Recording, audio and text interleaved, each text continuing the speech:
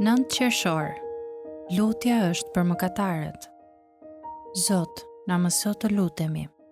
Luka 11:1. Perëndia u përgjigjet lutjeve të mëkatarëve, jo të njerëzve të përsosur. Ti mund të paralizohesh plotësisht në lutjen tënde nëse nuk përqendrohesh te kryqi dhe ta kuptosh atë. Mund të tregoj nga shumë tekste të Dhjatës së Vjetër ku Perëndia dëgjon thirrjen e popullit të tij mëkatar, mëkatet e të cilëve i kishin futur në telashe dhe për të cilat u përgjëruan që të çliroheshin. Për shembull, Psalmi 38:4, 15, 40, 12, 13, 107, 11, 13. Megjithatë, më lejo së pari të ta tregoj nga Luka 11 në dy mënyra. Në këtë version të lutjes së Zotit, Luka 11:2-4, Jezus i thot: "Kur të luteni, thoni", dhe në vargun 4 ai përfshin këtë kërkesë: "Dhe na i fal mëkatet tona". Prandaj, nëse e lidh fillimin e lutjes me mesin e saj, ajo që ai thot është: "Kur të luteni, thoni, na i fal mëkatet tona". Këtë unë e marrë me kuptimin se kjo duhet të jetë po aq pjesë e lutjes time, sa edhe u shenjtëroftë emri yt, që do të thotë se Jezus i supozon se ne kemi nevojë të kërkojmë falje pothuajse çdo herë që lutemi.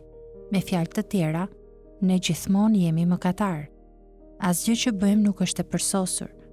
Sikur se tha edhe Martin Luther në shtratin e vdekjes, ne jemi lypsar. Kjo është e vërtetë. Edhe nëse kemi arritur ndonjë mas bindjeje para se të lutemi, ne gjithmonë vim te Zoti si mëkatar.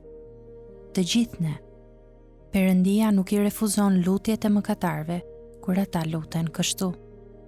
Vendi i dytë ku mund ta shohim këtë është e Luka 11:13.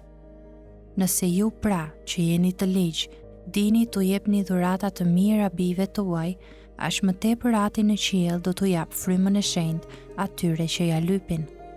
Jezusi i quan dishepujt e tij të ligj. Kjo është një gjuhë tepër e ashpër. Ai nuk po thoshte se ata nuk kishin bashkësi me të.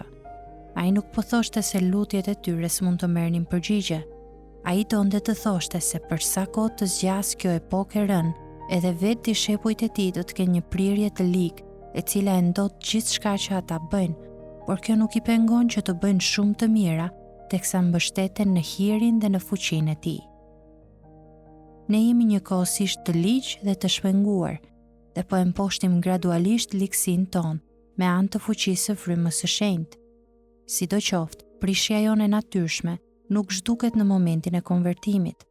Ne jemi mëkatar dhe lypsar. Nëse e dallojmë këtë mëkat, nëse heqim dorë prej tij, nëse e luftojmë dhe mbahemi fort pas kryqit të Krishtit si shpresa jon, atëherë Perëndia do të na dëgjojë dhe do t'u përgjigjet lutjeve tona.